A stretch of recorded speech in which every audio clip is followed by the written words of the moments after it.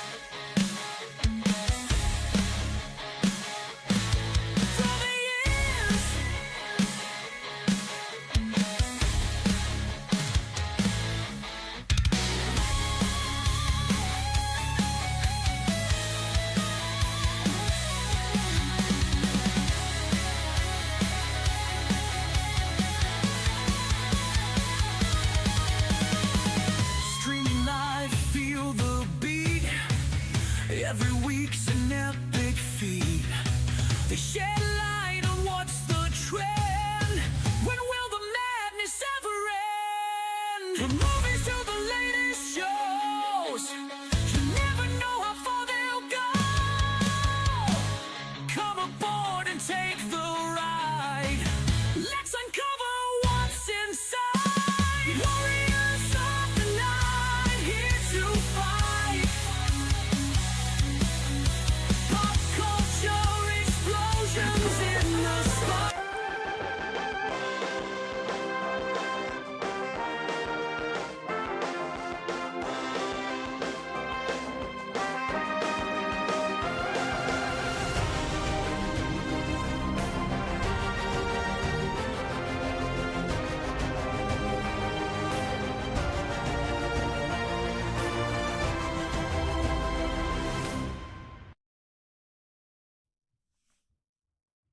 Hey everybody, welcome! Tonight is June 9th, 2026. This is episode 243 of Pop Culture Warrior, the show where I stay up to date on all the ins and outs of what's happening in pop culture so you don't have to.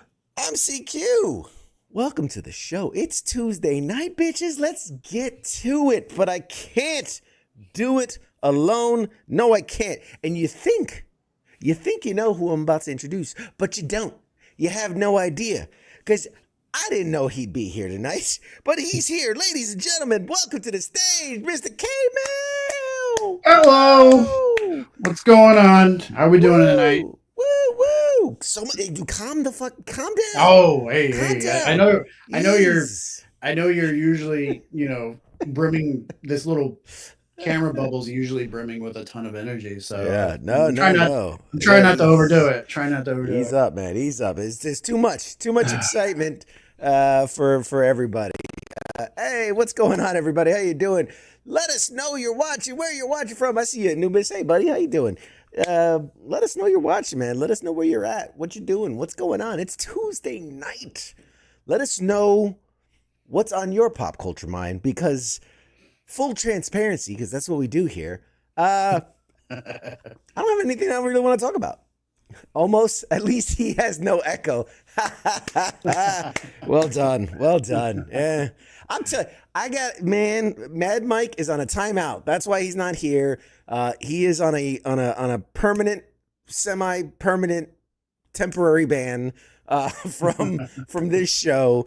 He's gonna take the next couple of weeks off. He's the kids are out of school and he's traveling and doing all the family, spending time with family. Blah, fucking with a nerd who fucking loves his wife and kids or some bullshit. I don't know. Anyway, we're here with K-Mill, ladies and gentlemen. What is good, man? How you doing? We ain't hung out in a bit. How are you? It's been a minute. I've been meaning to make it out for game night at some point. It's just something always comes up on that Friday, and so maybe next week. Next time, man. Next time. Yeah, It'd be next weekend, next Friday. Yeah. We were supposed to have it last Friday. I was so burnt out from we did Nashville, then we came back, immediately went to Ohio for a Grand Gathering, a bunch of business meetings, a bunch of stuff, recorded some footage. I was like, I just don't have it. I was gassed out. I was like, I can't do it. Hey, Morgan, how you doing? And so, that's why I was like, I didn't even post. I didn't even say hey guys, no show tonight. I was I crawled into the bed and I was done. But first off, speaking of FTA, we have so many games just keep pouring in, and I'm like, oh my God, we're never, every true gamer, and this is tabletop gaming, not video gaming, but I think it applies to video gaming too. Every gamer has what they'll call the wall of shame. It is the wall in which all of the games that you have bought or been given and have not played yet. For gamers, it's the library of games you haven't gotten to. Ours is getting bigger and bigger and bigger, and we can't keep up. And people keep sending me games, and I'm like, I promise I'll get to it. I promise. I can't tell you what year, but eventually, we just had one. It's literally sitting over there. I should have grabbed it and showed it. But veteran owned and operated. Basically, imagine Cards Against Humanity, but military, and it's called Rank After Dark or something like that. Dark Rank, or I don't know, something along those lines. But it's basically like a drinking game, and you say the whatever creed or take a shot and perform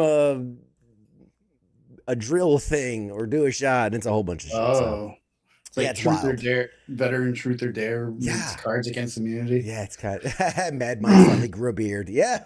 Mad Mike finally grew a beard, man. It looks good on him. Newbie says he's just pre-ordered my 1/6 scale Punisher from One Last Kill. Ooh, I bet that shit's gonna be sick. Man, this is what tonight's gonna be like. I'm literally just gonna ADHD all across the screen. The 1/6 scale stuff, the statuettes. I have so much respect for people that do those. They have the case with all the displays and the vehicles and the you see, I got my little Spider-Man here, which was a gift from one of the best guys ever. I just, as much as I like my props and my little gizmos and gadgets and my little things, I never got into the statues or the posables or which is funny because I grew up with action figures. I wasn't, you got the Hot Wheels guys and you got the sports trading card guys. I was 100% action figures. I had all the Spider-Man, all the X-Men, I had the Batmans, all the action figures. And somehow, when I transitioned into adulthood, you would think that would have then like leveled up. You'd end up with things like these, the big posables and things. I don't know. It never like I got into comic books. I collected a shit ton of comic books. For a while, I was big into movie posters, like original movie posters. Oh yeah. And then and it's just and then it was autograph stuff and now I just like for the background I just like having the helmets and the little the Pip Boy back here and web shooters and pumpkin bombs and Tony Stark's heart and just a random Power Ranger helmet like I don't know. I don't know, man. It's weird. Like, what are your thoughts, K-Mail? Let's ask you. What are your thoughts on the like collectible, posable action figures or whatever you want to call them, statuettes, minifigs, fucking dioramas, whatever the fuck they're called, like those things. Well, it's interesting you mentioned that because I was like kind of thinking my current living situation's semi-temporary, semi-permanent. So like I've got, or else I would have like a much more, dressed up background. So like back there, I got a couple things I set up with, some of them. I got like a whole like original Star Trek diorama of the bridge with the action figures by Playmates, I think it was, or no, yeah, Playmates, and then I got a Arlie Ernie, Gundry Sergeant, and Iron Man pop dolls. So I try to avoid getting into collecting any one thing because it gets dangerous. There was that time a couple of years ago I really got into collecting comics for a bit, and it got out of hand. Like we could turn the screen, you could just see stacks of comic books that I have here, and I actually did an outdoor like 4-hour Comic Con. They called it LockCon here in Ashburn a couple weeks back, and I was able to sell about $150 worth of old comic books out in the parking lot. So I was pretty happy with that. So, but I saw a video the other day of like I think one of those. That guy's talking about what do you say, the Punisher that he was getting? Yeah. Is it like $150 action figure? I mean, they range. There's definitely like I think like the lower tier and then like the upper tier. Those like the what they call them, like the hot toys. I mean, they can go from $100 to $200 to $300 depending on all the accoutrement it comes with. But like you go to your local, I go to my local comic book shop and they'll have the statuettes, Silver Surfer, Thanos sitting on his thing, and they're like $600, $800, $1,000. And I'm like, I mean, I get it. Like if I was I'm a Spider-Man guy. Everybody knows this. And I panic. I get anxiety of thinking of like, I'm going to drop $1,000 on like this amazing badass fucking Spider-Man statue. And like, I get this, it's weird. I'm okay getting tattoos that are permanent, but the idea of like, oh my God, I'm stuck with this statue and I can't change it, or I can't, it's weird. The nerd mentality, the fucking collector it makes no sense. There is no, you can't wrap your brain around it. You either have it or you don't. But yeah. I was gonna say I just saw a video the other day where somebody was talking about how they spent $150. It was on an X-Men action figure. I can't remember. It might have been Cyclops or somebody else. But he was kind of like, "Hey, this is kind of cool and all, but I don't feel like this was worth $150." Like he showed like the head, like all the arms and everything articulates, like the neck and the head and the shoulders, but like the head just kind of flapped around. Like it was like he was like, I don't think I should be able to move like this, and it's just like nah, nah, nah. And then the paint, I guess the way like the blue and the yellow was painted on the legs, if you moved the leg around too much on the hip, the paint was rubbing off. And it looked like it was yellow paint on there, but apparently they put a yellow base and then painted blue over. So like when the leg was rubbing against the hip part, there was like yellow popping up. And he's like, I just feel like this is worth more than $150. But I was like, Can't argue with that. The yellow start coming. It looks like he's peeing himself because the yellow starts spreading. You're like, oh my god, he's peeing himself. Yeah, Nubis said it's 300 after tax and tariffs. Yeah, god damn. God bless. God bless. Todd McFarlane quality, I guess. Oof, yeah, that's the upper echelon of collectibles. The good side of it is they do maintain value or increase through the years. Yeah, the whole collecting space is an interesting thing about what will retain value, what will go up in value, what doesn't go up in value. Today's tangent day. We might as well call this episode the episode of tangents because here we go. Strap in. The other day I was cleaning up the studio and I found an old box of magic cards that I back when I used to collect a lot, and I was like, oh shit! I remember at one point like this collector binder that I had like with these cards could have been like I was like $2,000 to $5,000 worth of cards, like. The premier cards where each card's $100 or more. And I was like, man, you know, like I'm literally pulling this out from the bin and I'm like, I wonder how much it's worth now. And I start going through. Whew, that one hurt. That one hurt a lot. I think the entire collection, because I went to one of those sites where you like take the picture and whatever. And the current day market, it's like 980. So a steep decline of what it once was, and you know, I blame Wizards of the Coast and Magic, right? They're pumping out these cards so damn fast and so damn much. It's watering down the product and bringing the whole thing down. But on the flip side of that, you know, I don't know, you can't even see it in the background. It's up. It's just out of frame. I have the little Lego DeLorean from Back to the Future. And it was the first one to date. They've made like 7 versions, but it was the first one that came out. They're like, hey, we're doing Back to the Future Lego, whatever. My wife bought it for me for my birthday years ago. And of course, like I ripped it open and I built it and played with it and I put it, it's literally up there on the cabinet. And what happened was she had ordered one. For some reason, they sent us 2. I ain't complaining. You know, I got an extra one. So I put the second one away. You know, I put it in the closet. And recently. Sealed. Oh, yeah. Oh, it's still sealed. Still box sealed, unperforated. It's quality. And I read an article recently because I was scrolling and I saw a picture of it. I was like, oh, that's cool. I have that. And apparently, like, the backlash of the first one was that it was terrible, which... I mean, I get it. It looks like like if you took the DeLorean and put it through like a Minecraft filter. It's just very, you know, boxy and square. Like it's Legos. It's little Legos. Like, but a lot of people were pissed that like the design wasn't as good as it could have been, and so they ended up doing like a second version and a third version, and then they got like the big version, which looks a lot better. And but apparently.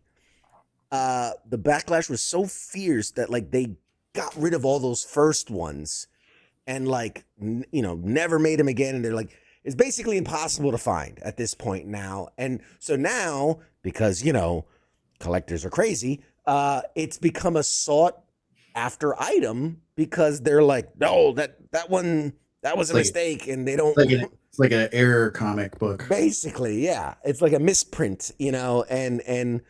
So, like, where they were $100, which is crazy to me to think a little box of Legos is $100. But again, I get one of these big sets, but the box was like this big. It was $100. But they're going for like 300 plus as people are trying to buy them up. So it's weird. It's weird. What will be valuable one day and what won't be, and what goes up and what goes down, and who knows? Who knows? Well, it's interesting you bring up the whole Legos and values and things like that. Let's talk about it. You like that segue? That segue.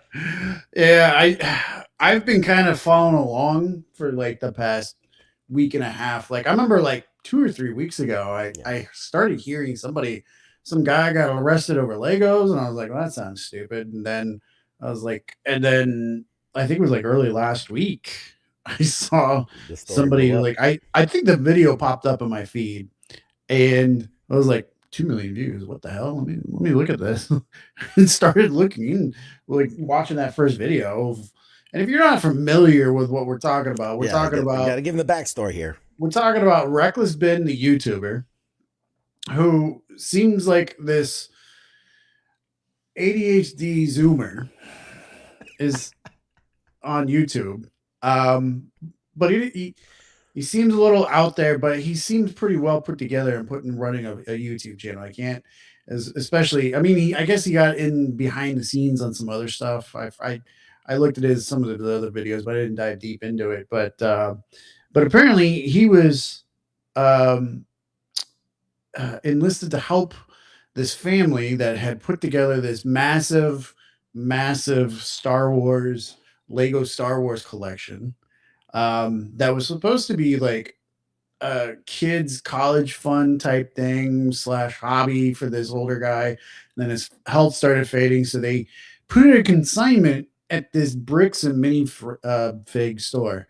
Now, let me ask you, did you ever heard of bricks and minifig before last week? Okay, funny enough, I have. Okay. But vaguely, right? It's not like this household name that it is today, No. infamous name. But yeah, I wasn't aware of how many there were. Yeah, it's a neither much bigger franchise than I realized. Yeah, Now I've seen other stores and I've seen like manufacturers where you can get custom, I yeah. guess They they go to call them Comic Lego Cons all the figures. time, right? Where Right. they sell the little minifigs. Yeah. Yeah, they used to drive me nuts when I'd be a vendor because they would like it would be super cheap. I'm sitting there trying to sell my own product, like actual art from another vendor or artist, and I'm sitting there and they're just $5 per minifig, and they were like selling like hotcakes. And I'm like, but yeah, so this family goes on consignment and they were doing pretty well until there was a dispute with the franchisee, the local bricks and minifig in Salem, Oregon, and the corporate franchisor, and seemingly took the store away from them. And then essentially the gist of the story is the bricks and minifig, the local franchisee and the corporate store essentially took ownership of all the product and basically told the owners of the Legos. They were basically like, yeah, we're not Not our honoring problem. that. Yeah. We don't. They're like, we didn't sign this consignment deal, so it's not legal, even though their agreements say it was. And so enter this YouTube personality who just went prank show / barracks lawyer on that local franchisee and then the corporate owner, Yeah. to the point where they created like their own organization called We Steal from Old People, a bricks and minifig thing. And I had to like give them kudos on some of the creativity on some of that stuff. However, I'm going to preface every attorney, like, you have all the YouTube attorneys. The common theme you keep seeing with a lot of them is like, if attorneys had just been involved along each step of the process, this wouldn't be like this. Yeah.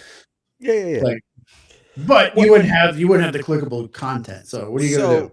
I'll say this. I agree that if the family had gotten themselves an attorney and just went through the legal process, but the problem is with that. The whole reason they were selling the Legos is they have no money, right? And they didn't have the money to afford it. That's why they were selling the Legos. So they don't have the money to and as we know now, Bricks and Minifigs is a like multi-million-dollar company that has over 300 franchise stores. So, and I think he said it in one of the videos where the guy was like, "Look, sue us. We'll drag this shit out for years. You'll lose more money than you would have ever made selling the things before you ever see a dollar." Right. So, And I think that guy said that without actually understanding who the YouTuber was and what absolutely. kind of Absolutely. they misled. Exactly. And so it's unfortunate that, someone like, from, as I understand, as I watched a couple of videos and I think the Brian was the name of the family guy. Yeah, right. So. And you know, they tried. They did everything they could. They go, here's the paperwork, here's the documents, here's everything, Right. here's the pictures. Like they were smart. They had everything documented. And so for the corporate, you know, to come in, claim a store, which I guess they can do.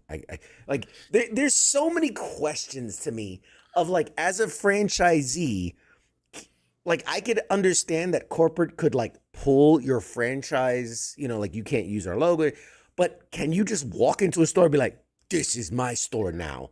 Well, there's the bricks and minifig corporate side is saying that they were like behind on some money, and they essentially were told by the franchise owners, like the local owners, hey, my husband's getting a job overseas, and we were just trying to touch base on how to address this. And they were like, okay, we have another buyer or something like that. And then supposedly corporate came in and was just like, okay, yeah, the purchase is done. You just need to leave now.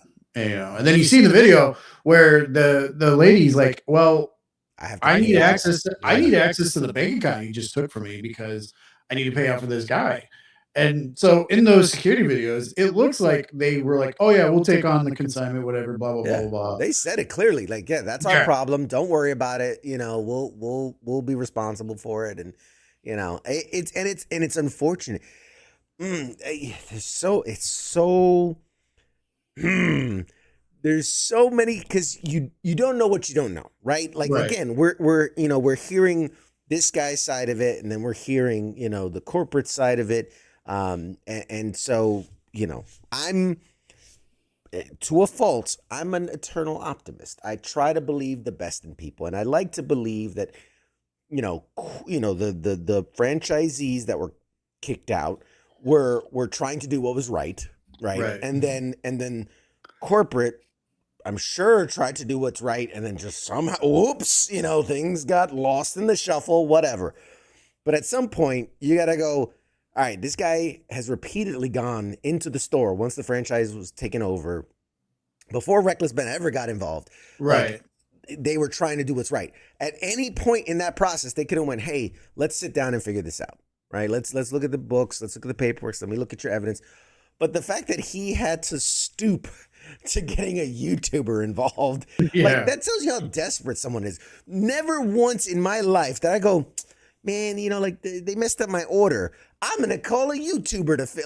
It would never occur to you. You have to be so desperate and so on your last shred of anything to reach out to a YouTuber. Well, 20 years ago, like when I was a kid, that's when you would call the local news and get that investigative reporter. It was like, like the Crime Nate Busters or something, the Channel 9 troublemakers or something like that. So I guess now that's transitioned to YouTubers, like the CopyZillas who investigate, the fraud investigations and stuff like that. Yeah. But what's wild to me is how that whole story has transitioned from the store screwing over that family to the YouTuber getting targeted by the police and Swatted. Yeah. like swatted. And now some of the stuff, some of the stuff, like a judge on the surface could probably see some probable cause for stalking because they kept going to these people's houses. They kept doing, like, they created a pattern. But then when you see some of the other stuff, like you see the cops actually listening, like when they've aired, like when the redacted videos got leaked on accident by the police department, nobody hacked them. They were just stupid and made the Dropbox link public. But when people looked at the footage and they saw how basically the police department was doing the bidding of that franchise owner, and he was basically he's like, "You're threatening me," blah, blah, blah, and then just looked like a total jerk and she's completely lying. Like, they're just sitting in the car and they're like, "Well, we're trying to process. I'm trying to present these papers, trying to serve these papers," and they're like, "Well, these aren't real papers." He's like, "Yeah, they are." Like She's not a real process server. Yeah, she is. like you just have to be over 18 and have a pulse to be a process server, pretty much. and the ability to throw papers at someone's face. So It's wild to me that, you know, and I get it because it's not a well, and this is where it gets the logistics of it all, because it's not a criminal matter, it's a civil matter. Although in one context you could say these were stolen because there was a contract in place. If I'm going to sell you a thing and we have a contract and some other person comes and takes that and walks away with, that's called stealing. That's the general, which makes it a crime. well, as I'm sitting there thinking about it, I'm like, if it was a vehicle with like a title, like where it's clear indication of the owner, like he has my vehicle, in their store and won't give it back to me. Like I have the title, all this and that. You thought that'd be easy, but then I saw a store like somebody post, they're like, I was helping somebody move and I left my motorcycle on their property, and then when they ditched me, and when I came back to get my bike, they have it locked behind their fence, and then the cops are telling me it's a civil matter, and I'm like, the hell? What the hell's going on? Like with ownership, with the police department, like they're just between the flock cameras doing their job, and now they're just like, it's a civil matter, blah blah blah. Or like I'm like, I have a clear title ownership to these items. Like there's a clear chain of custody for all this stuff, and it's like, do the police do anything anymore? I don't know. I mean, I have a lot of good, police friends, but it's just like when you see stories like this, it was like you just like the whole office consultant things. It's like, what exactly would you say you do here? What do you do here? Hey, Rachel, congratulations as an anniversary follower. Congratulations, happy anniversary. It reminds me so much like these new, like the squatters' rights, where someone can just literally walk into your house, squat down, and that's it. Like they can't, you can't call the police and kick them out. Like they have squatters' rights. Like what? So you can break into my house, as long as you intend to stay, totally fine.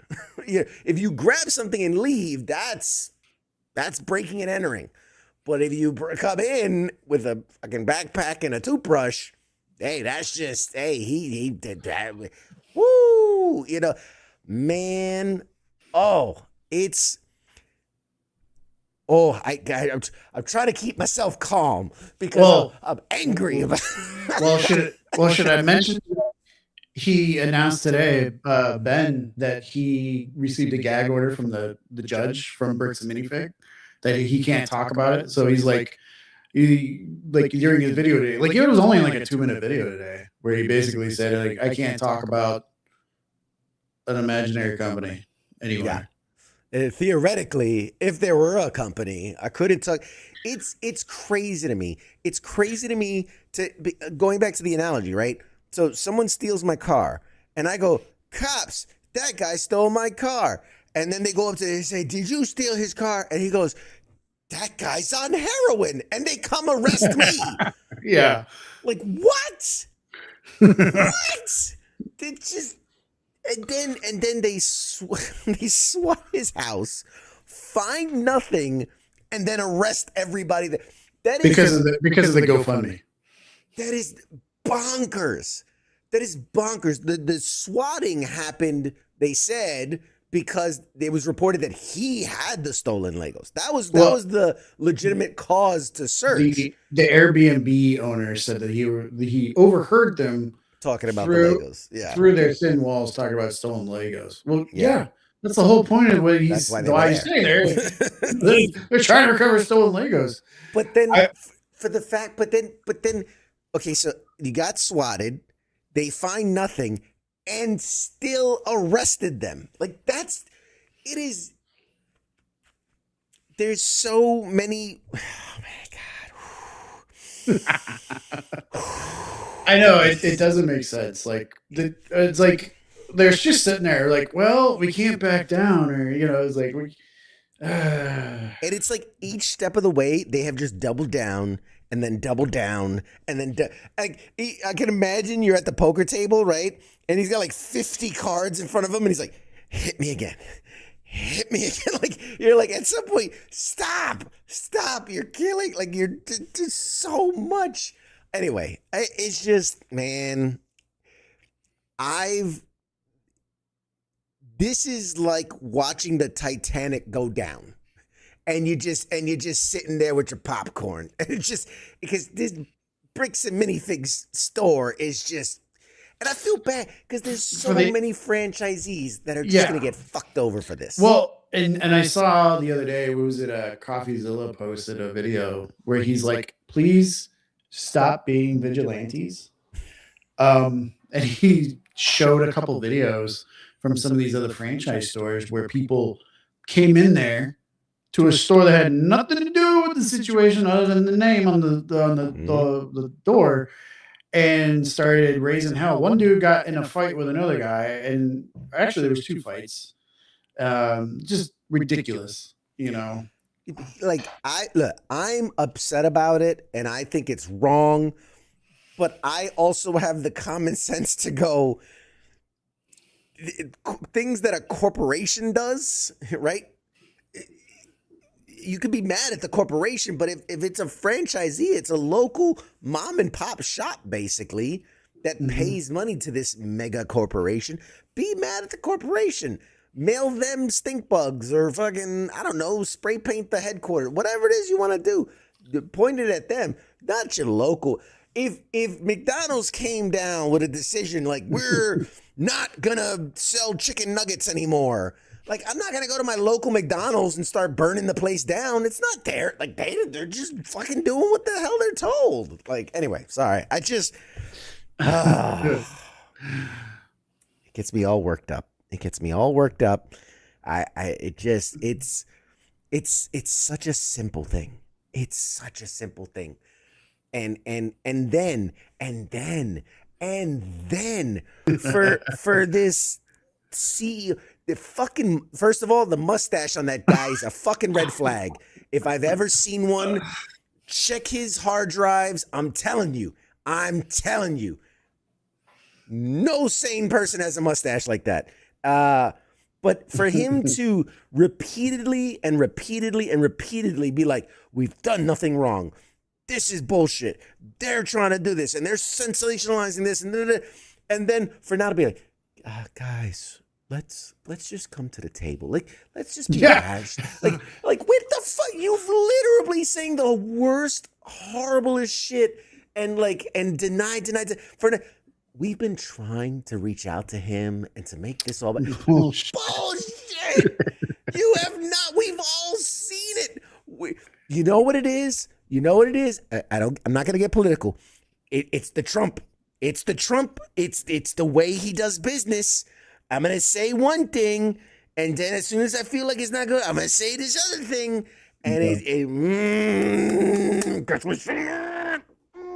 maybe it's that tie to the Mormon, because a good portion of the Mormon population is all about that particular political group. Except they're probably changing their tone this week, but that's a whole other can of worms. That's more of an ice discussion there. And let me just say, it's kind of an aside, but it's tied to this. Fucking Patreon. Outstanding. Oh, what props the CEO to them. Yeah. did, oh my, that is the most baller move. I have so much fucking respect for someone, because they didn't need to say anything. They could have stayed out of it. No. I'm just let them mess their problem with it. And for him to come out and go, fucking stop. And fucking come at me, bro, was basically the message from the CEO of Patreon. Like, fuck around and find out with your little toy store. Like, we're worth billions of dollars. Go ahead. Well, that's like really, if you think about it, that's the wrong guy to mess with, because he's the head of a large organization that is able to convince people to buy into something and devote discretionary funds towards something. So if the guy, the head of somebody like that, gets pissed off enough, there is too easier for him to like reach out to all of his Patreon heads and be like, hey, I'd like to start a campaign against these guys who are trying to like kill the very essence of Patreon. Yeah. Who wants in? And then instantly, they have an online army that's already bigger than what they got going right now against bricks and minifigs and the that police department. Oh man, I love the comments are outstanding. It's like watching the Titanic go down with airstrikes actively bombing the ship. Yes. Oh, that's so funny. It's so good. Insomniac said, "I'm curious how Lego is looking at this and if they're gonna pull out from supplying bricks and minifigs." I mean, well, I did see by chance the one of the main suppliers for the bricks and minifigs, the custom build pieces. They said they're like, we can't work with them currently with everything that's going on, and they said it's really painful because they're our largest buyer right now, but we can't in good conscience continue to do business. And again, super respect to that organization to say that, look, we understand like this is a bite the hand that feeds you kind of thing. They're our biggest buyer, but we can't stand up for what they like. It is so I haven't seen one person go like, let's hear them out. Like, it's so obvious. Now, is, Reckless Ben, like, because he says a lot of things about like the Mormon church and the, fucking the Illuminati, and it's like, it's all connected and it's all conspiracy. A lot of what he's saying is sensationalizing. Absolutely. Right. He's trying to get attention. He's trying to get, for a good cause, I believe. He's trying to get the clicks, to get the views, to get the virality so that more people see it. It applies more pressure. So I do believe it's coming from a good place. I don't think the police are like in on it with this organization, and they're like, we'll give you all the Legos you need, like we'll slide you some fucking Star Wars pack. No, but I definitely think there is a bias of going, this is a reputable businessman. And these are some hoodlum street urchins, YouTube camera people. And so there must be wrong. Like, so I do feel there's biased from the police side of things. And I do think there is some corporate massaging of ownership and things for sure. And now they're trying to do damage control, which obviously I don't think they're a publicly traded company. Otherwise their shit would be worth nothing right about now. Oh yeah, I do have to disclose. I have to disclose that I've seen Disclosure Day and I have to talk about it. So we're gonna do that. I love that. Reckless Ben jumps from 2 IQ to 200 IQ and then back to 2 consistently. And it's a true story. I like, there'll be real times where I'm like, wow, that is a great point. And then he says something where I'm like, the fuck are you talking about? Like, well, like with that one early on when he said, he's like, well, I went and he's like, I had the manager sign that agreement, and she's like, oh, delivering a package. Can you sign this? And as I'm watching it, I'm like, that's fraud. That's fraud. That's not gonna carry. And then one of the attorneys said it too. And I was like, all right, see. And then like the one video I was watching, he's like, and I got out of jail. The judge thought it was so stupid. He changed my bail to $2,500 and I got out. I'm like, cool. He's like, so then I ran to Mexico. No, don't do that. That's the very reason why you don't get bail, is in case you decide to leave the country, much less the state. Yeah. Yep. Bail jumpers. Not good.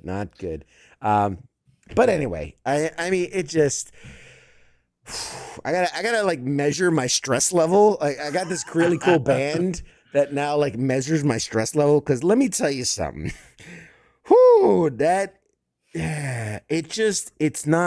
It's not right. It's not like,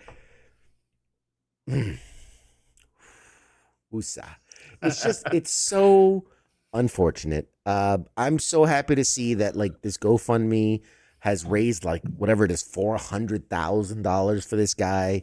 But honestly, bricks and minifigs, I don't see a way. Like, anyone in corporate America should know by now. Like, anybody that hires like one of those crisis PR firms, like they tell you, just put your head down and just wait for it to blow over. Like, don't engage, because the more you try to defend your position, even if you're right, you're just keeping it in the news. You're just keeping the conversation going. You're fueling the fire, even if you're in the right. And so, Always Sunny in Philadelphia couldn't make a story this insane. You're right. You're right. You're absolutely right. They could not. Like, people wouldn't believe it. Should I tell you this? Oh, please. Let's do this. I haven't peaked the stress level yet, so go ahead. The GoFundMe fundraiser is gone. Of course it is. Of course it is. Of course it is. So I don't know. Like, does that mean either GoFundMe took it down, or did they reach their goal and said we're done? I mean, yeah, they like fucking cashed out and ran. Like, just take it and go. But if they meet their goal, typically GoFundMes will stay. Yeah, there's a certain time limit. It's like a Kickstarter, like a record. Yeah, yeah. So there's it at a certain point it ends, but yeah, if nothing else, that fucking asshole on the top of the fucking corporate ladder of bricks and minifigs needs to be just pushed aside and like, you're done. You obviously have lost the thread of reality of what's happening here. There was just so much shit. There's so much, like the whole thing where they're like, oh, if you just go in and apologize, you know, we'll let it go. And they're like, yeah, but we have a restraining order. We can't do that. And they're like, no, it's fine. And they're like, well, we have a feeling you're going to call the police as soon as we walk in. And they're like, no, wait, wow, we're not going to do that. And as soon as they walk in, whoop, police. And I'm like, Jesus Christ. Like, you knew what was going to happen. Like that was a knew trap. it. Yeah. Like, there's so many. Oh, you want to believe in law and order and people have to play by the rules, but no, they don't. Everybody can just do whatever the fuck they want and no repercussions. Sorry. Okay. I got you on this topic. Yeah, no, it's fine. It's fine. No, I went down that rabbit hole for a couple days and it just, man, it burns me up to see the little guy shit on. You know what I mean? Like, it's not right. It's not fair, and it's wrong. So anyway, that's that. We'll see. We'll keep up to date. We'll Lego Gate. We'll keep up with Lego Gate and figure out what's happening on our next episode. I do before we switch topics to something else, want to say that I got to see Disclosure Day, and okay. I'm sure a lot of people are curious about. Not necessarily my thoughts. They're curious about my thoughts, but who the fuck I don't matter. But I did see it. I will give my non-spoilery review, in that it's an enjoyable film. I enjoyed the film for the most part. I think Emily Blunt was phenomenal. Like, she really, really went for it in this role and just knocked it out of the park. You forget that she's like British or English or whatever, because she's got this like country twang to the way she talk, and it's very adorable. And I will say it's really well written. It's decently well paced. I do feel like there were parts where it's kind of dragged a little bit, but just when I would have that thought, it would kind of pick back up, so like it never lingered long enough. They throw a lot at you with very little explanation, and you just gotta kind of like go for the ride, like, you know, shadowy organization and this is this character and they have a backstory, but that's not important. And now here's this person, and okay, now this guy, and like it's just like fucking go. It's like go. Some of like really creative cinematography. Some of the shots, like I'm a big guy in like, you know, how they position the camera and the angle. Like there's some great sweeping shots where I was like, holy shit, that is seamless. Like where and again, there's all these fancy tricks you can do, but like, you know, he's behind a fence and it swings around like it went through the fence to get like the full 360 without there, you know, being a fence, CGI, whatever it is. But, and some stuff that, without spoiling anything, some stuff that I've watched, God, Jesus Christ, thousands of movies at this point. And there were some things where I went, man, I've never seen that in a movie before. Like a stunt that they did or a certain setup to a scene. Because, you know, anybody that's seen a handful of movies, you know certain story beats, you know certain like, okay, this is leading to this, and they dropped that little tidbit there. So, and there were a lot of times where I was like, I don't know where this movie's going. Like, I don't know what, and I mean that in the best way, and not like it's disjointed, but in a way that's like it's creatively pulling you through the story. It's not like trying me watching a movie where I can already see like the formula. Yeah. Like, or something's coming up and I'm like, and then that guy gets killed. Or then there's going to be a scare thing here. And then, you know. It is very much like the best way I could describe it is in the vein of almost like, remember fucking like The Fugitive, where it's a chase movie that's slowly uncovering the plot and, you know, slowly unraveling the mysteries. But what did it for me? You know, CGI is as good as it can be. I've seen a lot worse. The writing's good. The directing's good. The story is good. It's engaging. It's fun. There's lots of twists and turns. But I just, again, no spoilers, but just not a fan of how it kind of wrapped up. It felt for me that we're building to this crescendo, right? We're being edged, if you will, to this climax, and then it's just like, just didn't materialize like you would expect. It didn't have that that moment at the end where you're just like, fucking hell, that's it. It was just more of like a, you know, like, and it's like, that's, you know, what's the old saying? Like the end of the world won't be with a bang, but with a whimper or something like that. But that's kind of like how I felt like this movie was building to this fucking huge bang. And then it was just kind of like, like in the finish line. So take that for what you will. I gave it a solid 8 because I think it's a very good movie.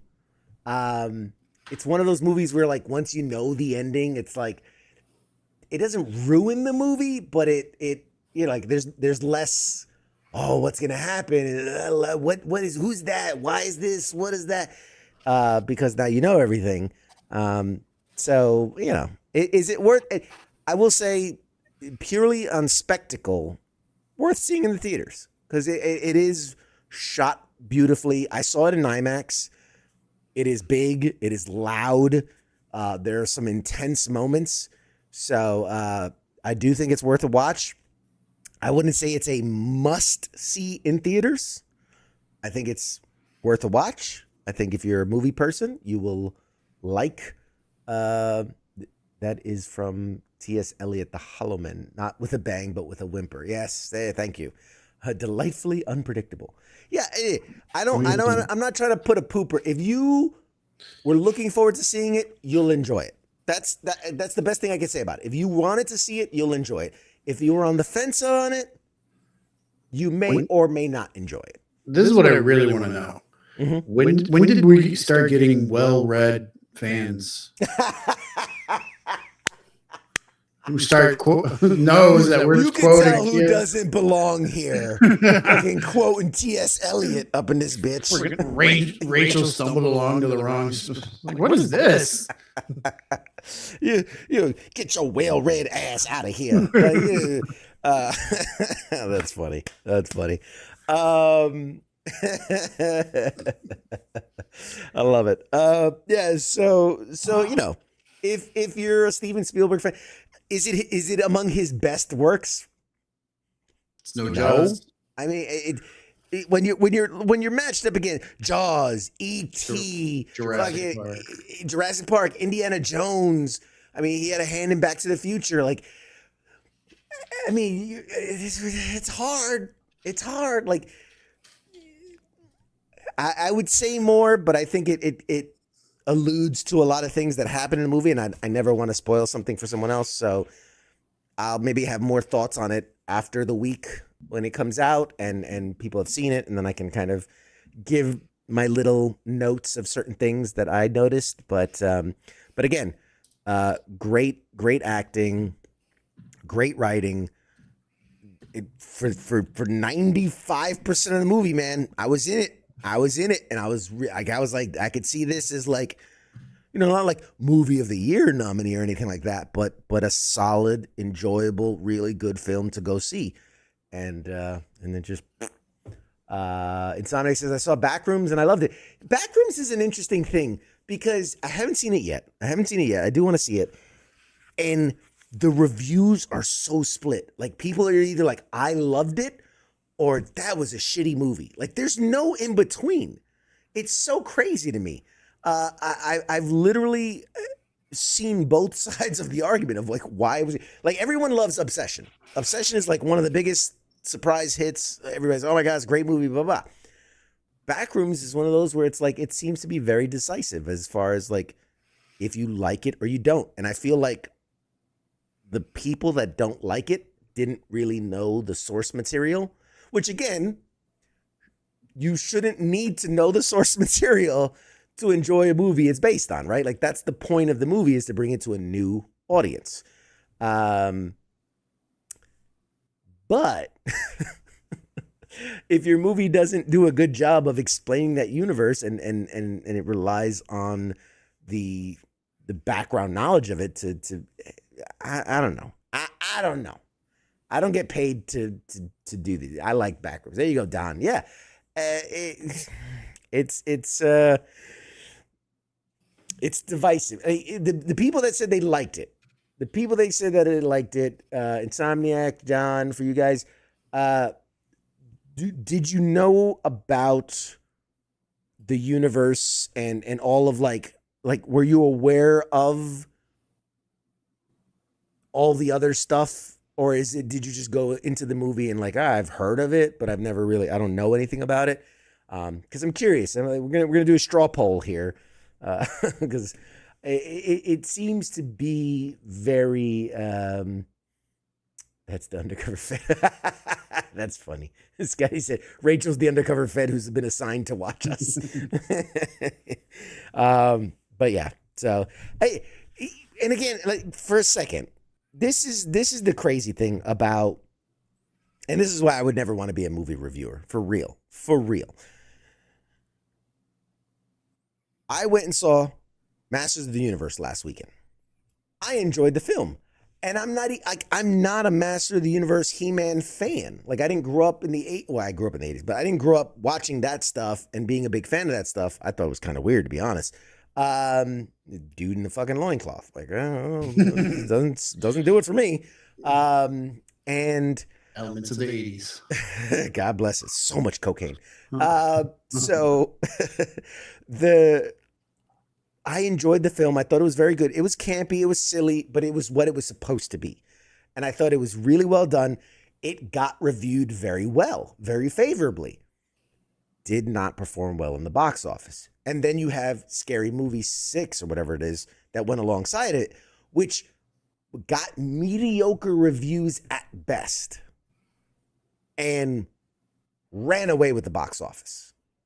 And so there's such a huge disconnect between the reviews of something and then the audience. And this is why I think like Rotten Tomatoes, whatever it does, like the critic score and then the audience score.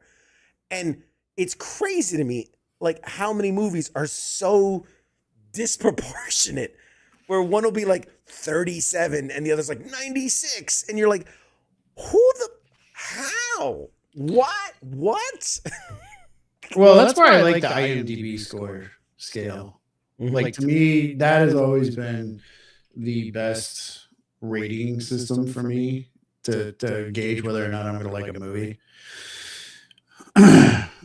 So anything over a 5 is worth your time. Like 5 to 6, not the best movie, but you're not going to walk away usually going, what the heck? You know, so the IMDb currently for the latest scary movie, it's just scary. Yeah, 2026 is 5.5.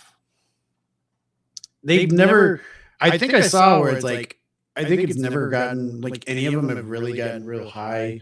Yeah. Rotten Tomato. Yeah. Which is wild to me, because like they made tons of money and they made tons of sequels, and yet they apparently did not review well. I just don't get it. I'm curious to see this coming weekend how Disclosure Day does, and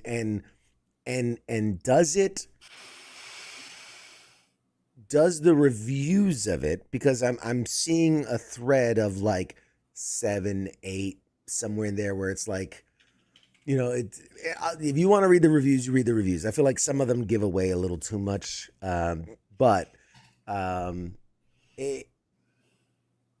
you know, you got Steven Spielberg. Like, that's such a name. Like, it's such a powerful name to put on a movie, and but you know, it doesn't always translate. Didn't he do that? The one, like, was it 8mm?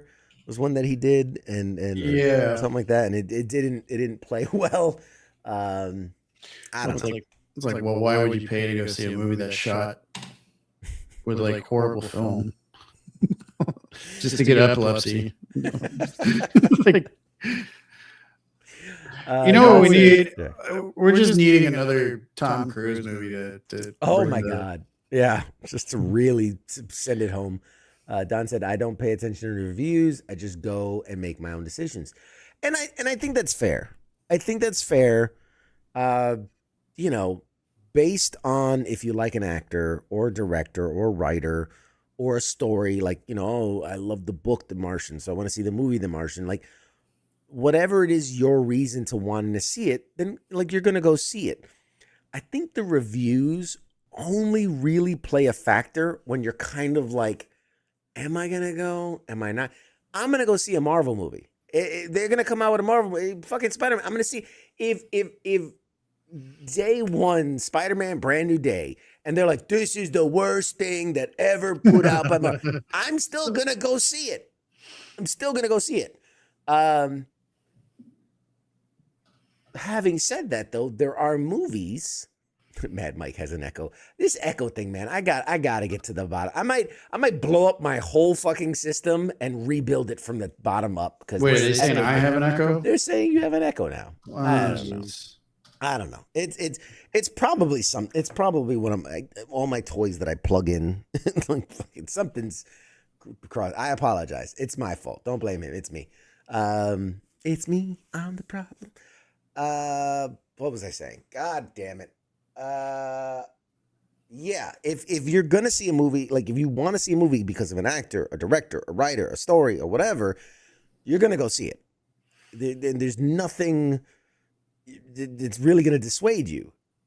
It's when you're like, should I? Maybe what's out there? Like, maybe we should go to the. Then you look at the reviews and you go like, oh no, that's getting terrible reviews. I've never once have I been like, I'm not going to see that piece of shit. And they're like, it's the best reviewed movie of all time. And I'm like, well, I guess I got to go see it now. Like, if I don't want to see something, I'm not. He gaslit Mike for it being his fault last time. Yes, I always gaslit Mike. Yes. That's my thing. If you've never met, hi, I'm CQ. You apparently never met me. Nothing's my fault. I blame everyone for everything else. And I don't cheat at games. Yeah, it's just the whole review thing, it's tough. It's tough. I sat with some like actual reviewers. Like I sat with somebody who does like a local like newspaper, reporting for movie stuff, and then I sat with somebody who's like on cinemascore.com or whatever it was.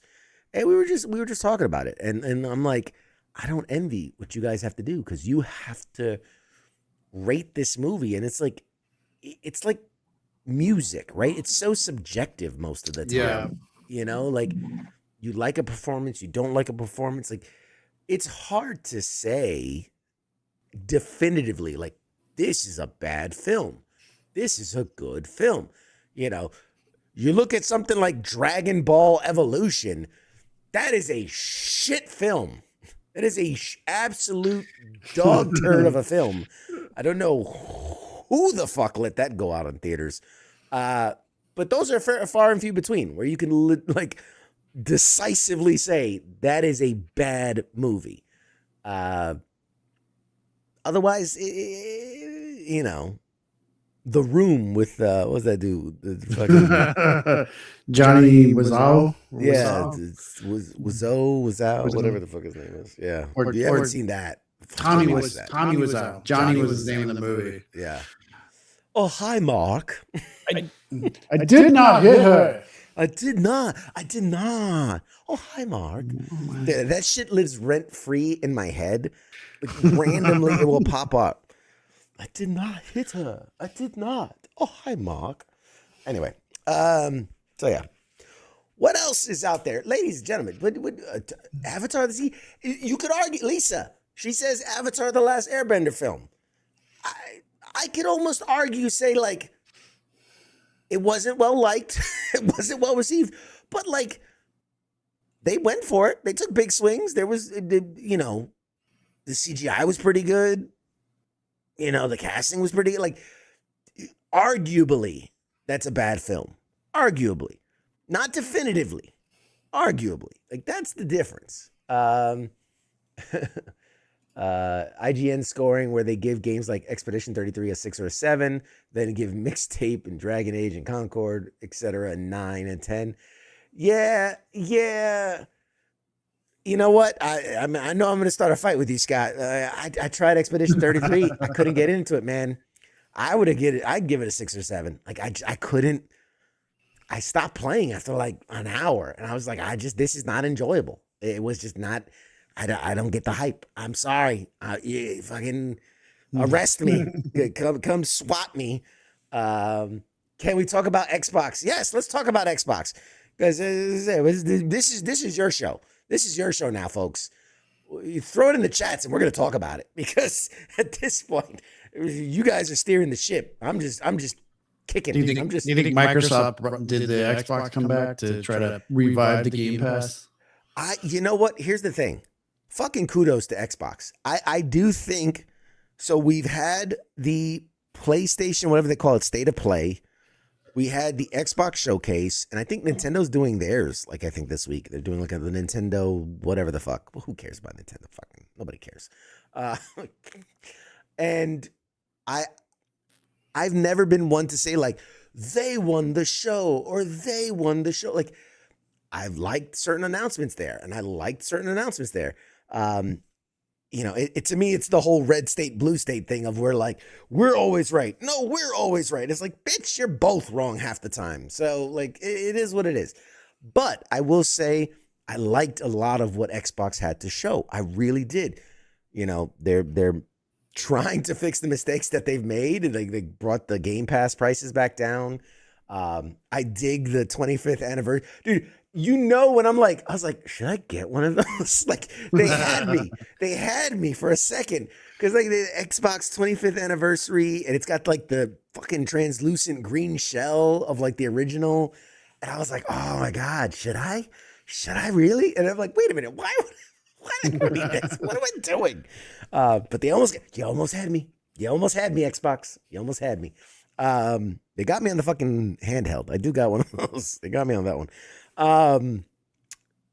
There's a lot that I saw that I liked.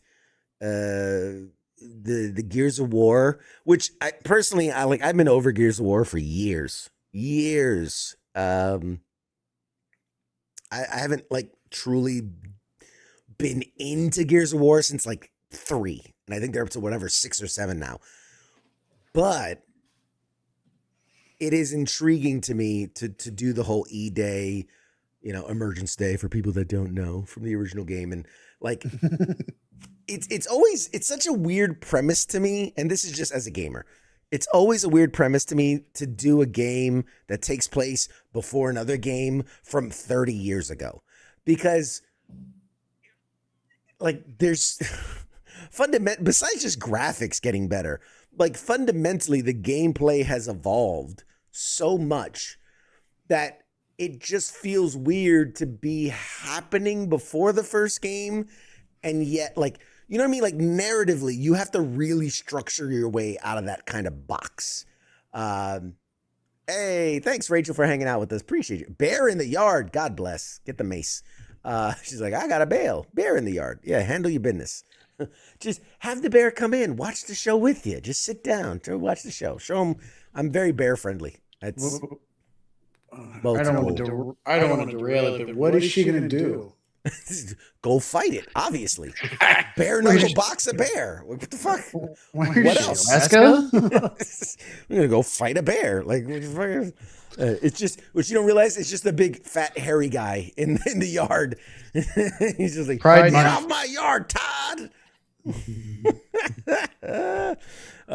Would she date the bear? Yeah, that was a thing from a few years ago. Yeah, King. It was like, would you rather the bear or a guy? Okay, I'm gonna go fight the bear. Anyway, so where the fuck was I going with that? Oh God, Gameplay. No, you're absolutely right. That's what tonight is. Tonight is the ADHD special. It's so weird to narratively have to kind of write yourself out of a box. Like, for instance, and it's a stupid thing. Admittedly, it's a stupid thing. But in this new E-Day Gears of War, you can slide. Couldn't do that in any of the other games. So this is how my brain operates. The first thing I go is, if I'm a writer on this, at some point towards the end of this game, I need him to go like, oh man, I gotta stop sliding. This really fucks up my back. So that way, narratively, that's why he doesn't slide in any of the other games. You see the level that my brain operates at? It's fucking horrible.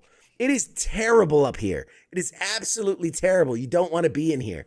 Anyway, that's the shit that I'm always like, because then you're like, all right, well, you can't use any of the guns from the later games because it didn't happen yet, and we were in the early games, and then like I see them with the chainsaw thing, and then I'm like, wait a minute, but in the lore of the game, wasn't the chainsaw guns from like the war that they had fought previously? Like that wasn't something new that they came up with because of this, but now this game is saying it's new because it came, and I'm like, fucking, this is my break. This is what I can.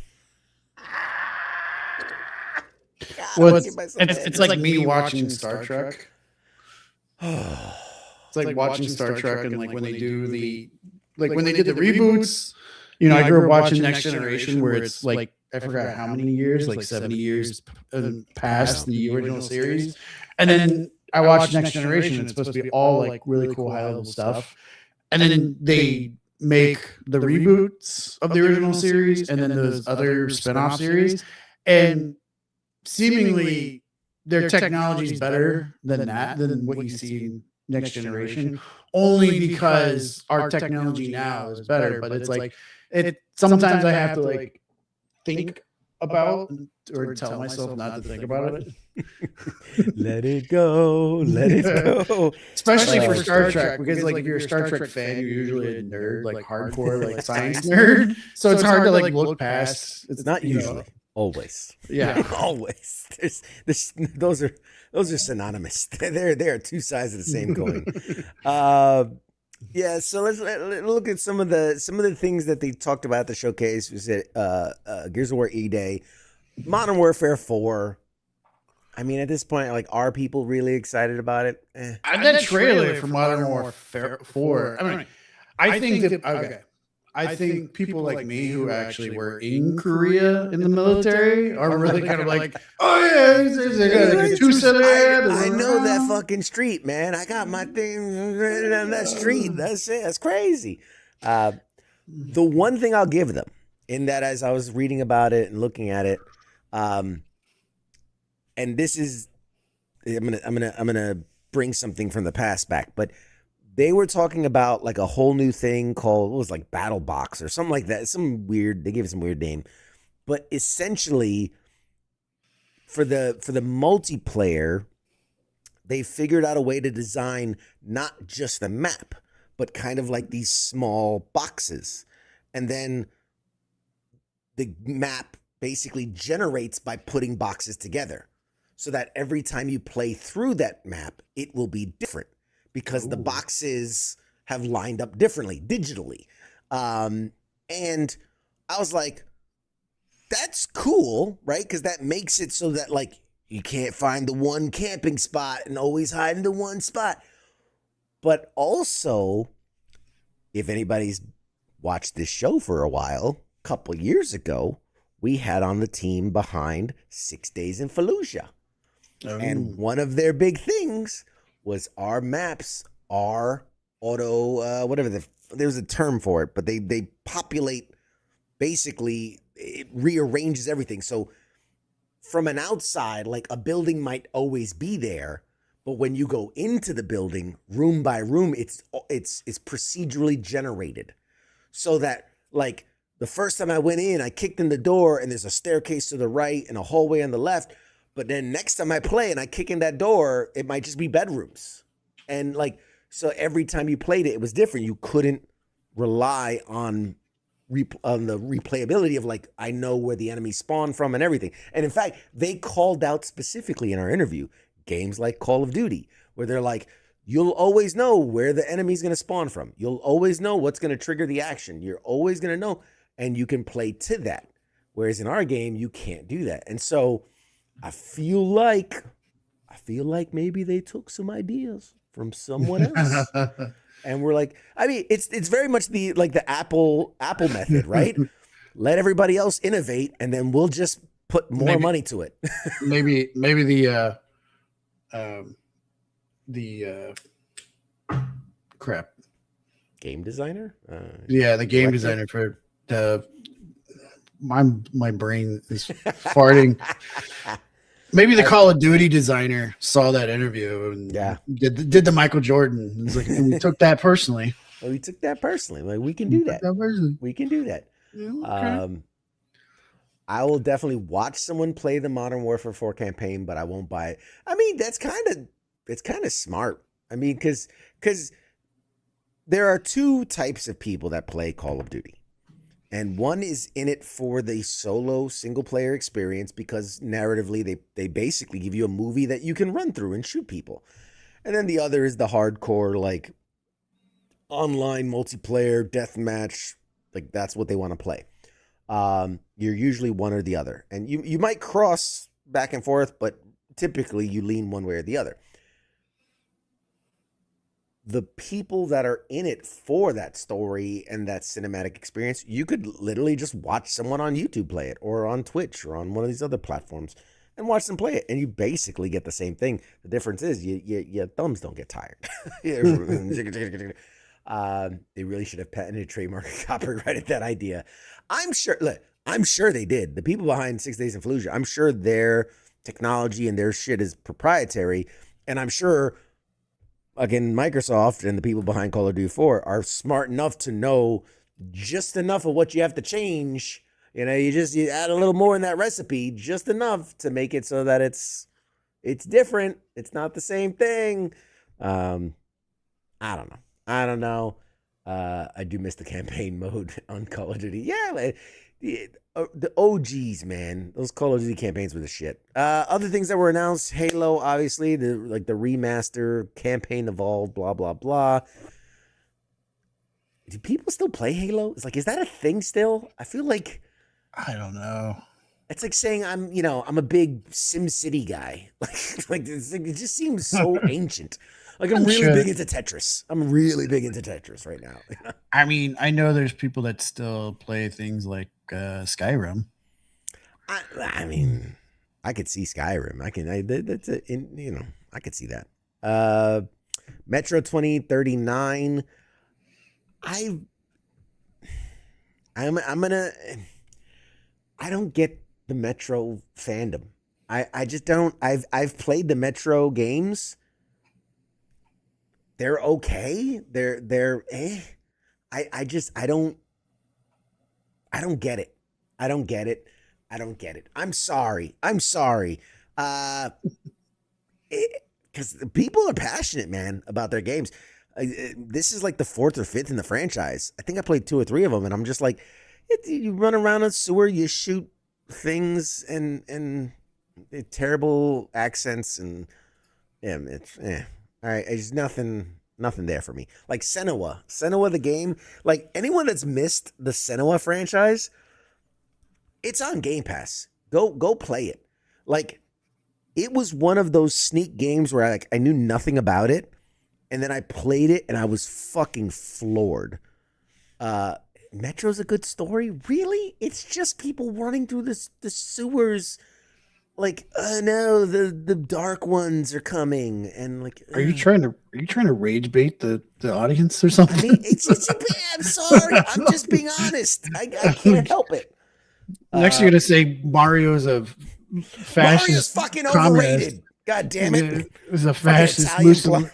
You say he's a fascist Mussolini supporter. They don't believe in evolution with their Yoshis. They're very sexist. I don't know. But no, man, Senua. Anybody out there, if you're a gamer of any kind, really, like try Senua's. Like Senua's Sacrifice, I think is the first one, and then Senua Hero's Journey or something like that is the second one. The first one had this awesome mechanic of, like any game, you know, if you die, you respawn. But she had this like infection, and every time you died and respawned, it took over more of her. And after so many respawns, you will literally, like, the game it's permadeath. The game's over, like, because it fully takes over or whatever. So it's this like, it was such a cool mechanic, and the fighting was intense, and like you really like I can't explain it. Like the parries and the attacks, like you really felt like you were doing some shit. Like this was heavy. And then keep pushing me. And then in the second one I was a little disappointed because they kind of like, the first one was so tough. And I feel like they kind of pulled it back and made it a little easier in the second one. However, graphically, the second one had some of the most beautiful set pieces and battle scenes, and like you'd be fighting someone and then literally like out of the shadows, someone would come run, like tackle you, and you have to like, it was intense. It was good. I liked it. So I'm looking forward to the next Senua game. State of Decay. I like the State of Decay franchise. I think that's, you know, at this point, like zombies are so played out, but I've always felt like they do it in an interesting, fun kind of way. CQ never played Metro with zero HUD, Russian and English subtitles. Whatever. He's a purist. I don't use the HUD. Next you're gonna say I don't use cheats. Spyro's coming back. That's cool. Another one of those franchises that I never understood was the Plague's Tale. I don't know if you've ever played the Plague's Tale franchise. It's okay. I don't know. I don't know. It's one of those games where it's like it seems a bit artsy to me. Like it was more about how pretty it looks and versus like, is it fun to play? But who am I? I'm not a game review either. Doom. I can't believe Doom they still come out with new Dooms. That's wild. Crazy Taxi World Tour. Now, don't get me wrong. I grew up on Crazy Taxi. I loved Crazy Taxi. I played the shit out of Crazy Taxi. But let's be honest. Let's be honest for a second. Who out here is going to buy a Crazy Taxi World Tour? Are you K-Bill? You going to get Crazy Taxi World Tour? I'm gonna shock you and let you know I never played it. Well there you have it. It was on the Dreamcast, right? Yeah, it was. That was it started out as a Dreamcast title. Actually, I think it was like a arcade cabinet that they moved to. Actually, yeah, Dreamcast. It was Dreamcast because ironically, or not ironically, but coincidentally, I started rewatching the show The Shield, and the first episode, one of the criminals, they break into his house. He's playing that Crazy Taxi game, and he's got a Dreamcast. I'm like, oh, it's a Dreamcast controller. I'm like, seventh grade, just flashback. You're dating yourself. One of the ones that I've been most surprised about, because, and I think I've said this before, I've played thousands of games at this point, and you start, much like movies, you start to see those like the cliches and like, all right, we got it, do this, do that, but here's your shooter, here's your extraction, here's your, fetch quest, here's whatever. Nothing interesting or new, right? A game comes along like fucking Goat Simulator, and you're like, oh, that's different, it's weird, it's off the wall, it's wacky, but like, hey, it's something. Join Us. Have you seen the play footage or the trailer or anything for Join Us? No. It is off the wall zany. So like, to me, it's like, remember when we had, Grand Theft Auto 3 and like these really intense, like, oh, we're going to make real, 3D worlds and things. And then like Saints Row came along and like, we're going to hit people with dildos. And like, it was just kind of like, it took that, but like it put it on its head. Like, that's what this feels like. So Join Us is basically, you are the founder of a cult. And the whole game is building up your cult. It's like brainwashing people, making yourself into a deity, battling with local cops and like all this stuff. It's wild.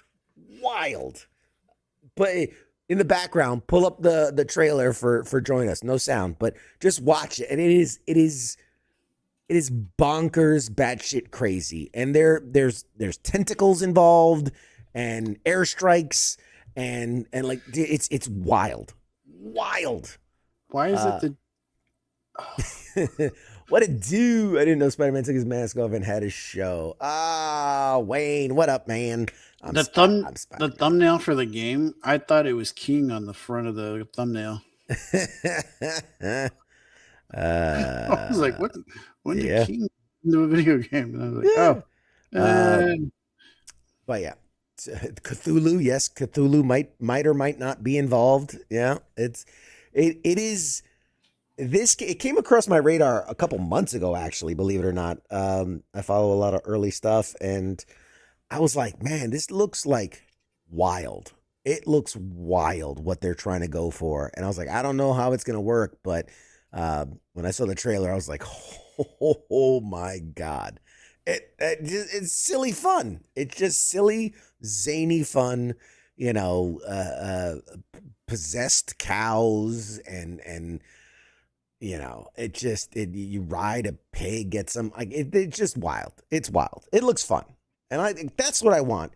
I got to a point as a gamer where I'm like, I just want an experience. I just want to be able, what I've been into? Shit. Folks at home, because I don't know why I've been on a kick of like those games that it's like deck builders, but in a way it's not possible in real life, because like you play an ace and it does a magic thing, or you play this card and it fucking whatever. So games like Slay the Spire, Blackjacks, Balatro, Inscription, the Flying Spaghetti Monster. Yes. Ramen. There's a Plague Doctor game coming out too. Ooh, I love me some Plague Doctors.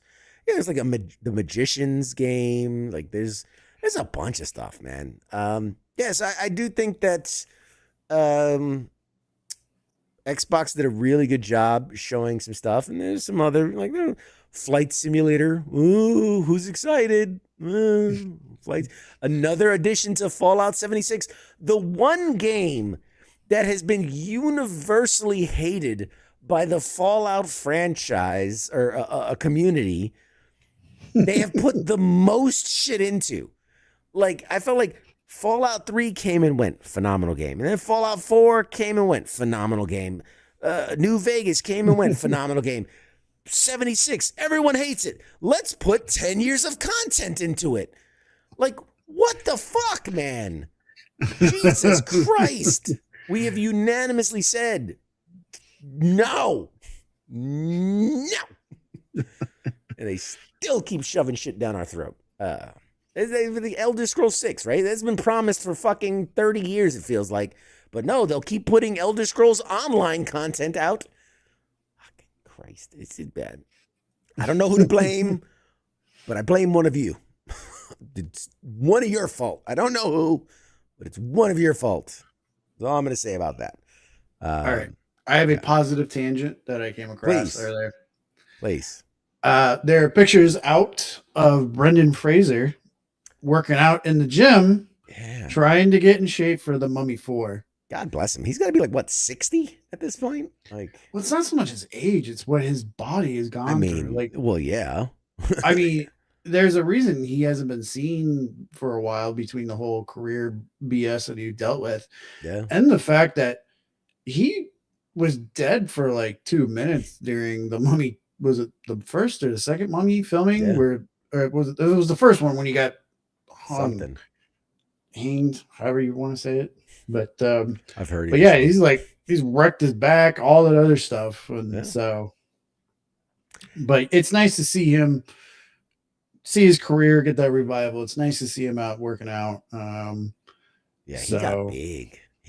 But that's the thing when you're like, he's a very tall guy, and when you're a very tall guy, it's very easy, especially as you age, to really fill out. You know, I mean, did you ever watch The Whale?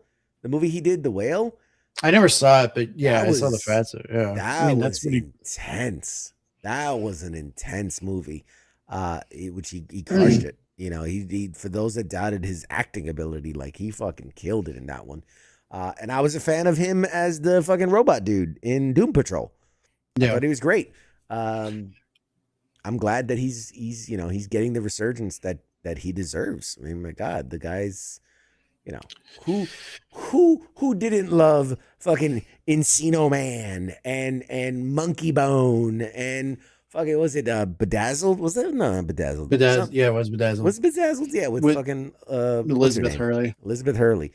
And you know, and you know, obviously all of the Mummy films, and like it was great. It's great, man. I love me some Brendan Fraser. I've always been high on Brendan Fraser. I think he's a cool dude. What I do hate, and of course it's me, is I hate that I have to like fact check images, because I was made aware of him working out and getting ready for The Mummy 4 because of an image of him shirtless working out. And I was like, oh, he's looking really good. I'm like, wait a second. Mm-hmm. Let me reverse check this. Brendan Fraser working out. And I saw the real picture. I'm like, oh, that other one is AI generated. And so I hate how much of my time I have to eat up just verifying if something is AI or not, or explaining it to a family member that no, this is all AI generated. They're like, well, it doesn't change the fact. No, it changes. Anyways. Yeah. I mean, we can go on a whole AI tangent later. There's places for it, and there's places. What about Todd McFarlane coming out recently saying he doesn't get all the hate for the AI? I'm like, really? You of all people? There's, and I think it was him that said it, where he said the only artists that are mad about AI are the ones that don't make money being an artist. And I was like, that is a bold statement from a guy who is at the top. That's like That's like Bill Gates going like, I don't get why people are complaining about gas. Like no shit, you don't get it because it doesn't fucking affect you, you multi-million-dollar asshole. You know, like I'm sure his tone would be different if he was a starving artist. Yeah, that's exactly like no shit. It affects the people that don't have millions of dollars. Fucking go figure. You know, It's- when they tax the poor, right? The rich people aren't going like, I don't get it. Why is everybody complaining? Fucking no shit. No shit. Anyway, yeah, Jason Momoa pulled out of the Helldivers movie. Yeah. I I wonder. I feel like there's a story there, and I'm sure they're gonna say, oh, it's scheduling and this and that. I don't I don't buy see it. any public like I don't see anything coming from his camp. I just see it's coming from casting saying, yeah, he just had to leave the project, so it's changing the whole schedule. Whereas I feel like this might be something like if it was like mutual, I feel like it's something you would see him post on Instagram saying, ah, yeah, I had to do blah blah blah, whatever. Like when Henry Cavill decided to leave The Witcher because he thought he was gonna go do what was Was it, it another Warhammer or Superman movie or another one or something like that. something? Yeah, Like he made it a public thing that he was involved with it. I think. I mean, I don't know what I think, but I do think that there's more to it. Whether it's like he didn't agree with how they're doing certain things or how he's involved or what he wanted or what he did. Something, I don't know, something. It makes sense if you don't think about it. Yeah. There's something there. There's definitely something there. What I heard was it was supposed to be a bunch of AAA actors who die horrifically. I mean, that'd be hilarious. I go for it. Go for it. That's what I say. Like you're gonna do a movie like Helldivers, lean into the fact that it's zany, it's wild, it's off the cuff, right? Like again, I go back to Master of the Universe. I think it's a good movie because it leans into the absurdity of it. It doesn't have to be a caricature of itself, but you can lean into the silliness of it, right? I don't know. I just think that there's a right way and a wrong way to do it, and we'll see. We'll see. What else? Deadpool versus the Mummy. Let's see. Makes you wonder: does Brendan Fraser have a mom? Oh, Mummy. I get it. I get it. That's a terrible joke. You guys. Who let Wayne in here? Oh God. God bless you. That was terrible. What other news we got? The Momoa stuff. We got that stuff. Interesting. Just kind of checking in. Speaking of the box office, of where we are at so far in the year of our Lord 2026, we're about halfway through the year.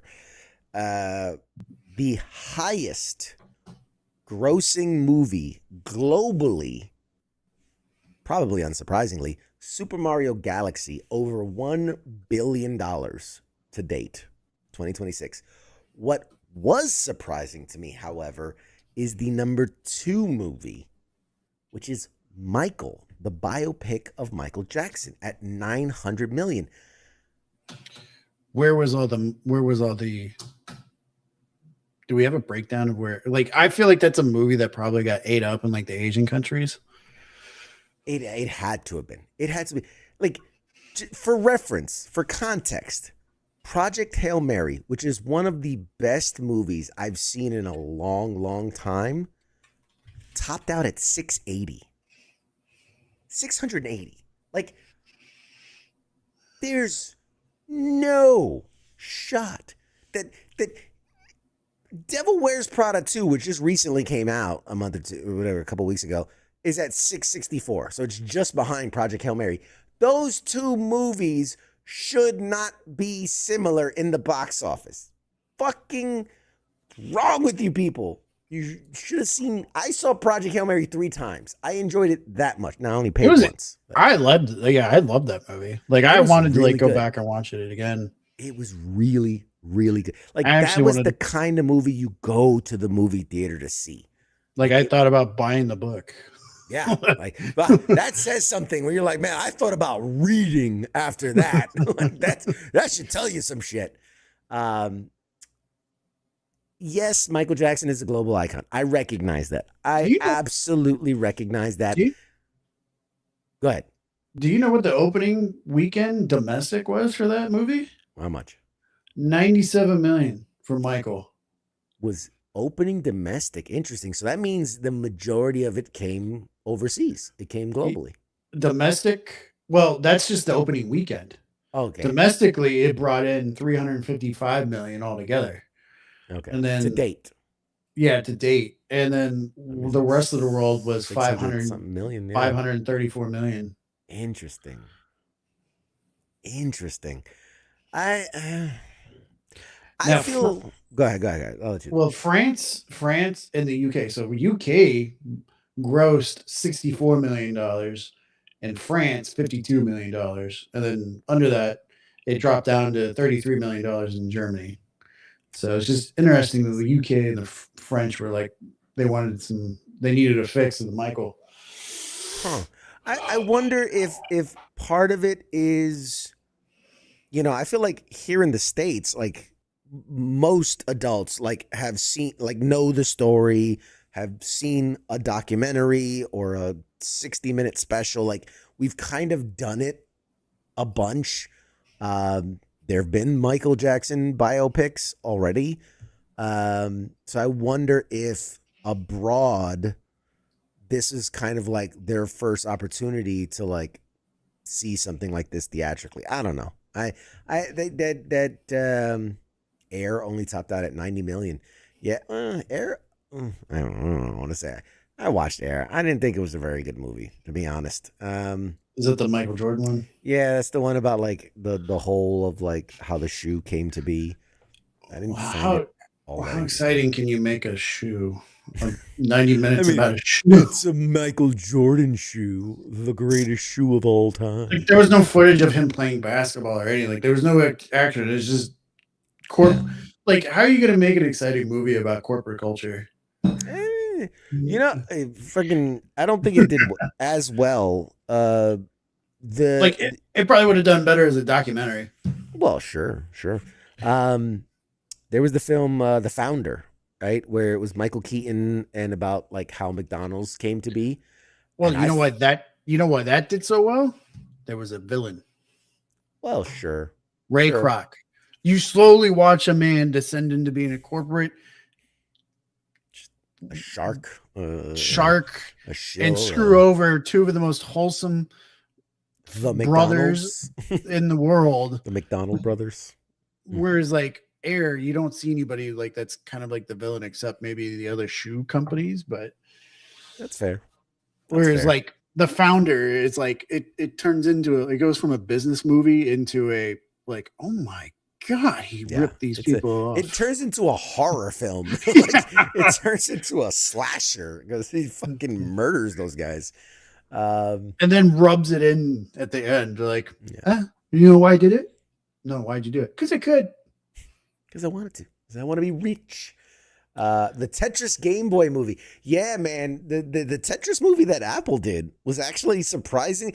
Now, I cannot in good faith believe most of what that movie was selling. That was the Taron Egerton movie, right? Yes. It was a good movie.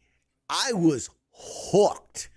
But it is so hard to believe. Like, then again, I mean, I don't know. Just sometimes, and here's okay, now I'm gonna get on my high horse again for a second. There was a time that when you went to see a biopic, like they did the research and they tried to recreate as much as they could, and it was the authenticity of what happened in just a way that we don't have documentary footage to do, right? It's supposed to be as close to a documentary as possible, but you're just recreating the events. Somewhere along the line, it became, let's take a well-known thing and just make some shit up about what happened. The Queen biopic, the Freddie Mercury movie, was like 80% lies. Like, I saw a video where they fact-checked it, and they're like, all of this is made up. Like, it's just how he started, where he started from, the people that did it, how much. It was all bullshit. It was all fabricated, you know? Because at some point, you know, when they're like, you have to get permission from the family, well, the family's not going to want you to be putting out the nasty stuff. They're going to want, hey, he's a hero and he was the best. And like, I didn't see Michael the movie. I'm assuming they didn't talk about him diddling boys. I'm going to go out on a limb here and say that wasn't a part of the $900 billion movie. Right? What was a podcast I was listening to? Like, that movie was supposed to be like a screw you to the accusers or something like that. Like, there was like other content that was supposed to be in that movie about that whole fiasco, and then they ended up dropping it. Yeah. Flaming Hot got a 67. I thought the Flaming Hot movie was cute. Is the story behind like how the Flaming Hot Cheetos became a thing? Oh, and he was like a janitor that was like fucking got blown out. Yeah. Nothing tops the Catch Me If You Can. I mean, a movie about a con artist who creates con artist stories turns out to be a con artist story about it's a story about a con artist being a con artist who's in fact a con artist selling you a con artist story. Yeah. Wild. Absolutely wild. Fucking love it. You remind me, you are a popcorn bucket guy that eats popcorn, or no? Like because I know some people like collect the popcorn buckets, you know, like the little special editions. No, that wasn't you. That wasn't you. I'll collect some of the drink cups. You that know, like you. No. Somebody, no, you remind me of another guy I know, and he's big into we got into a whole thing about popcorn buckets, and I'm like, the asinine nature of these $80 popcorn bucket because it's a fucking plastic thing, and I'm like, it's just ridiculous. Anyway, they have been getting out of control, like out of control. I got it when it was the joke of like the Dune bucket and then like this and looked like a flashlight. Yeah, and like I get it, but they just out of control.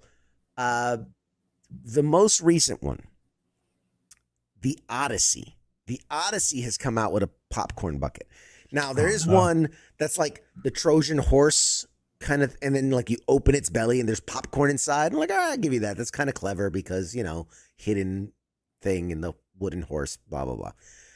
But in the biggest like middle finger to movies, they released the popcorn bucket, one of the popcorn buckets. Again, now this is the thing that fucking pisses me off because it started with just like, oh, there's one popcorn bucket. Now like every movie has 10 different popcorn buckets. So one of the popcorn buckets for the Odyssey is an IMAX camera. That's it. That's the popcorn bucket. It is a plastic rectangle to look like an IMAX camera. Well, it's because it's a Christopher Nolan thing, right? Because he loves shooting in IMAX. He loves himself some IMAX cameras. But again, who is that for? Is it for Christopher Nolan to go buy a popcorn bucket because it's an IMAX? I just, it upsets me. It's so stupid. Well, at least so dumb. I'm looking at it right now. At least it doesn't look like a sex toy. I mean, if you drill a hole in the right spot, you can Anything's a sex toy if you cram it up there. I'm just saying, if you try hard enough. We've both deployed. Anything's a sex toy if you try hard enough. Why does the Trojan look so stupid? Yes, the Trojan horse looks so stupid too. They're not even trying anymore. They're not trying. It has to cost them like 10 cents to make these things, and they're charging $80, $90, $100 for a fucking popcorn bucket. It's gonna sit on your head, your fucking thing, maybe.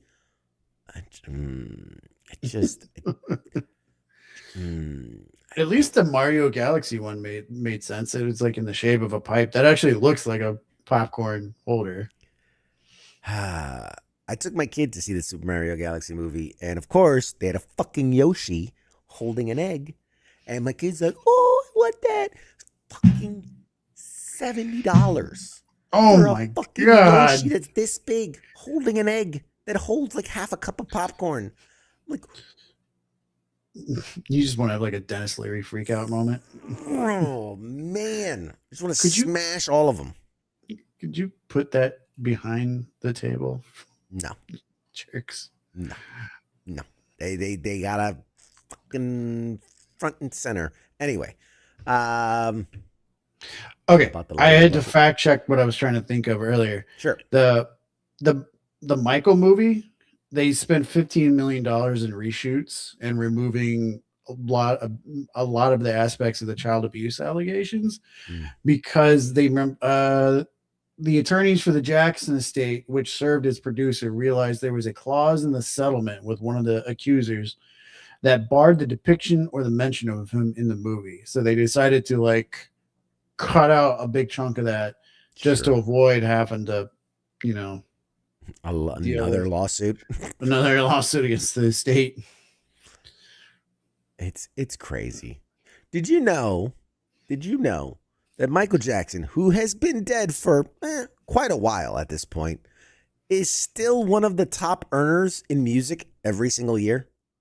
Like, he's in, and it's not like, in the top 1,000, top 100. Like, he's in like the top 10. He made Thriller. Right. Fucking 40-something years ago. Like, it is baffling to me that like, and we're not even, anyway. All right. I'm going to give myself an aneurysm. Oh, Jesus. I smell toast. Toast. I had to like channel my inner Dave Chappelle when remember that skit when they were like, would you believe these allegations against Michael Jackson? No, sir. He's like, why? He made Thriller. He was Captain EO, you bastards. He's bad. Boom. You guys are terrible. All right. Let's wind down. How do we want to wrap this up for the night? But don't get the Grayskull bucket. Don't do it. Don't do it. Bucket. It's not worth it. The Lobo bucket. I haven't seen the Lobo bucket. Oh God, what is the Lobo bucket? Lobo popcorn bucket. Oh boy, let's see this nightmare.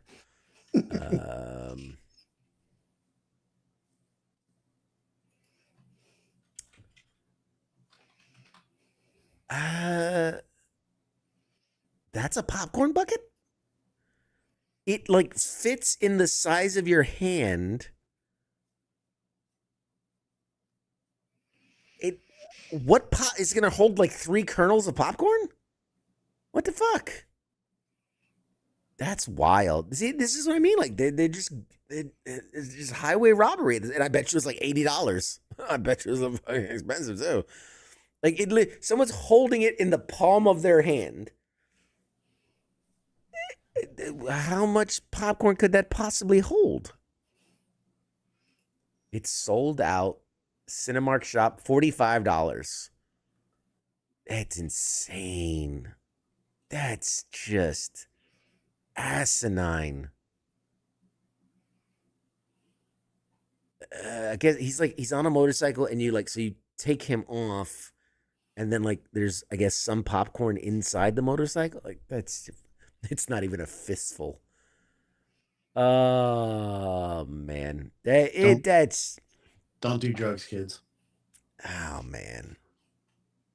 Somebody posted a picture of like the old Zoolander, like a school for ants, and he's looking at the fucking popcorn bucket. He's like, "What is this? What is this? Popcorn for ants?" Yeah, I don't know.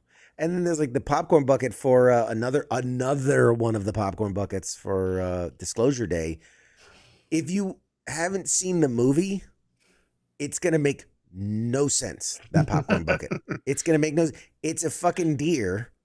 I was gonna say Head. some red. I was like, what is it? Like a pencil? It's a deer head, and like it almost looks like the thing you'd put on the wall, right? Like the Like a mounted deer. mount. Yeah, Taxidermy like a taxidermy deer. And like yeah, I've seen the movie, so I get the reference, but I'm like, even in I don't know. I don't get it, man. I blame Dune. I do. I blame Dune. Dune started all of this.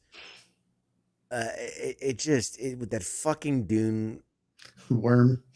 Oh God. Oh, it started all of this, and it was just a. I guess it made a fucking- lot of money, right? Like that's the problem when something makes too much money. They see dollar signs, and they're just like, well, you know, there's a. Oh man, what was it? I forgot where I saw it, but there was like this. I don't know if it was a movie or just like a short or whatever, but it's about a guy who's trapped in a suitcase, like literally folded up, and when they try to help him, money comes out of his mouth, and like so, it's a metaphor, obviously, but then it becomes like let's not help him, let's keep just messing with him to get money out of him.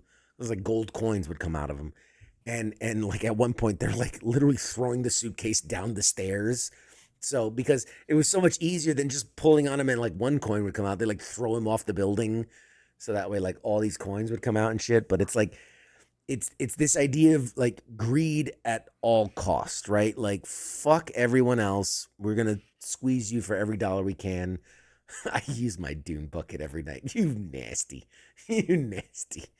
Oh man. Yes. The Lobo bucket lights up too? Nah. This ain't worth it. Still ain't worth it. Like, oh well, if it lights up, I'll definitely spend $45 for that. It's ridiculous. It's absolutely. It's gotten to a point Use that my Dune bucket every night. It- how do we ban people? blocked. Oh, that's probable cause, right? Oh man, it's a me, Sonic the Human. You're funny. Yeah. Anyway, man, I've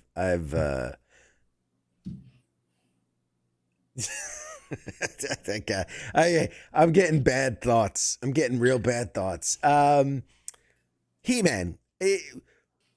Go watch Masters of the Universe. I thought it was a fun film. I feel bad. Like I feel bad that it underperformed because it deserved to do better. Look, is it the greatest film of all time and deserves award? No, of course not.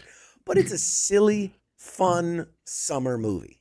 Like, Could it be because Morena Baccarin's in there and she gave you the interview? I mean, that's part of it. Dude, honestly, she's in it for all of like 3 minutes. Like, she's really not in it that much at all.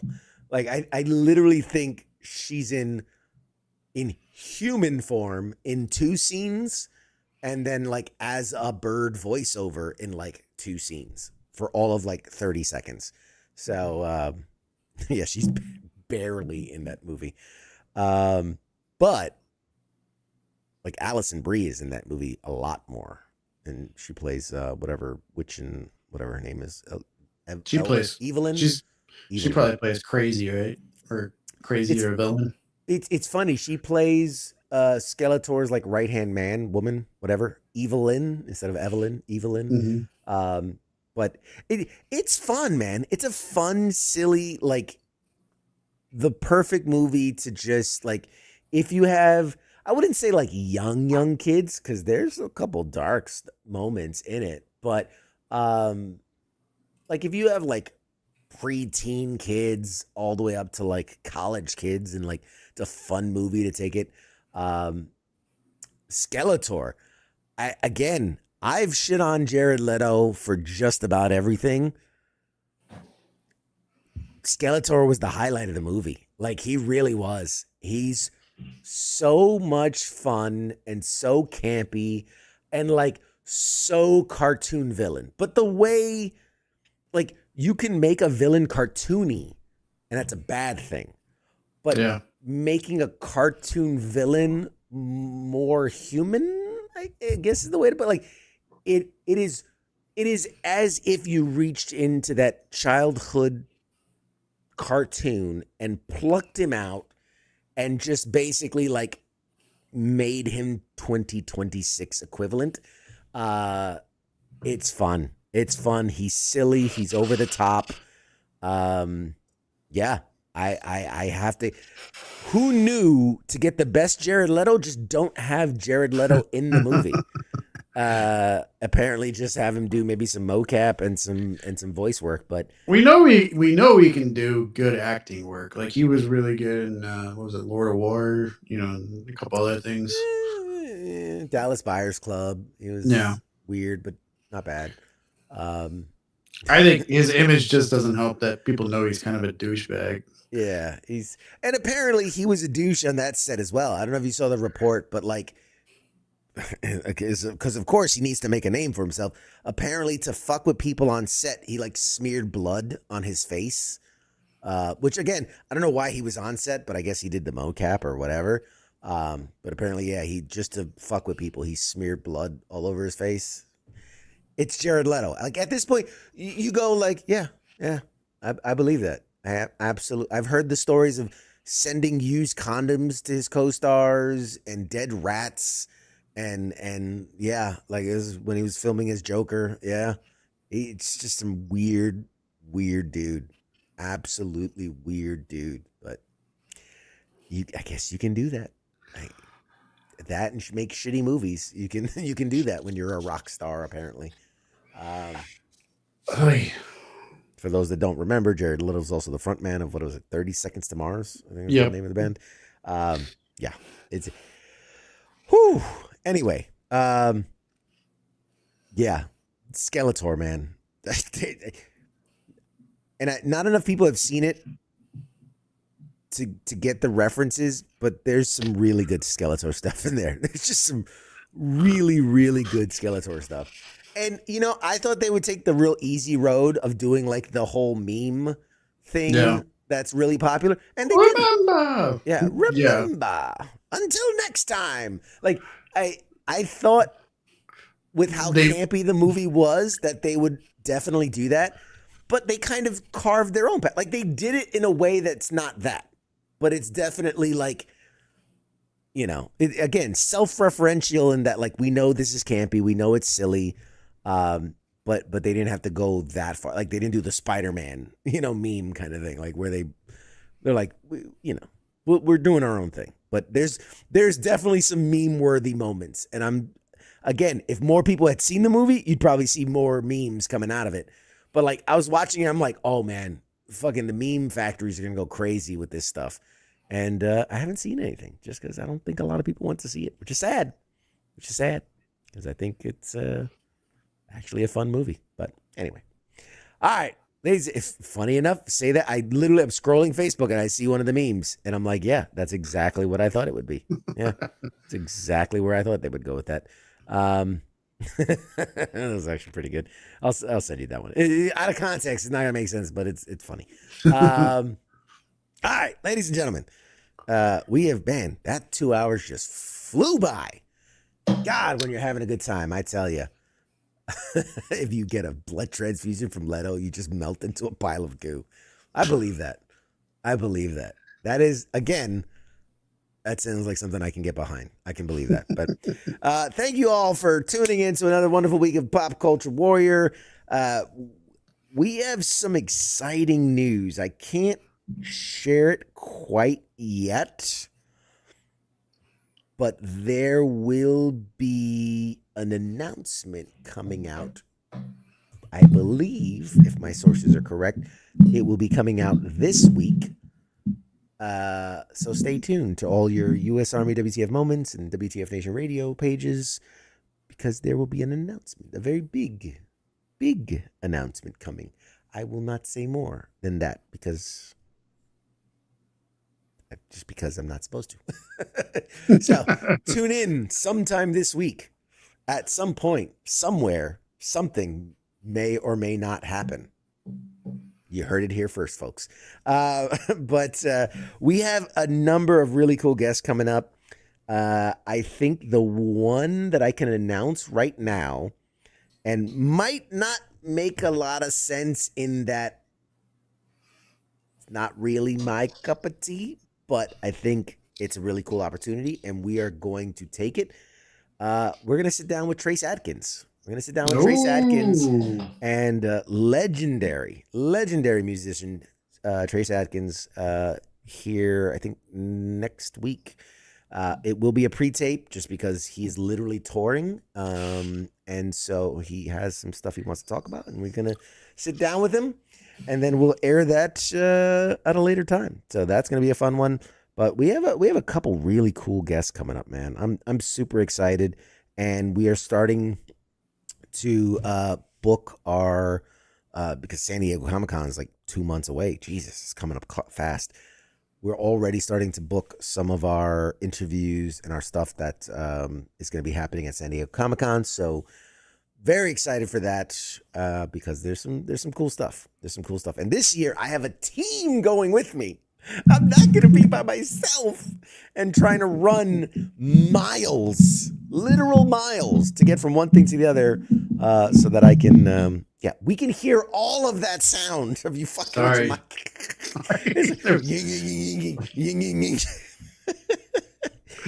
Something was falling off. I was trying to put it back. Anyway, very stealthily, very stealthily. But yeah, lots of cool stuff coming up. San Diego Comic-Con, Station Unity is one. Actually, Station Unity is actually by you, I believe. So we might have to tag team on that one if you're available. What else? Shore Leave and New York Dragon Con. We're looking at doing Dragon Con this year. So Dragon Con, New York Comic Con, PAX Unplugged. I mean, Jesus Christ, we're going to be out there doing a lot this year. I'm exhausted just thinking about it, to be honest. Also, I'll be gone. I'll be in Europe for 2.5 weeks. Yeah. For what? For vacation. Who approved that? Who approved that? I did. I'm the boss. I approved that shit. I need a break. I need a break from you people. You're driving me crazy. So yeah, but I'm going to be in London, Paris, and all over Italy. So my little reunion tour is going on, and that'll be fun. I'm excited for that. That'll be late September, early October. All right. And so lots to come up. Anything you want to shout out or anything you want to point out or? Well, What do you got? Girlfriend was in the Wisconsin National Guard, and she got some very unfortunate news this week.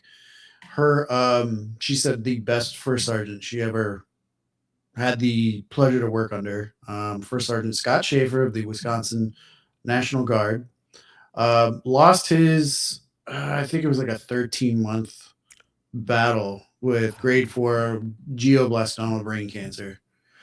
He was only 58. And he did 28 years in the National Guard, and nothing but good things from what I hear about him as a soldier, as well as a coworker and whatnot. So for me, I just want to leave with everybody. Well, I don't want to close the show out, but I mean, by all means, this seems like a quote to close it out. But in the words of First Sergeant Scott Schaefer, life is too short to be unhappy. Find your happy and make as many memories as possible that you can. That's beautiful, man. We're gonna close it out with that. That was fucking phenomenal. All right, ladies and gentlemen, we'll see you guys next week. Thanks for tuning in. Cats.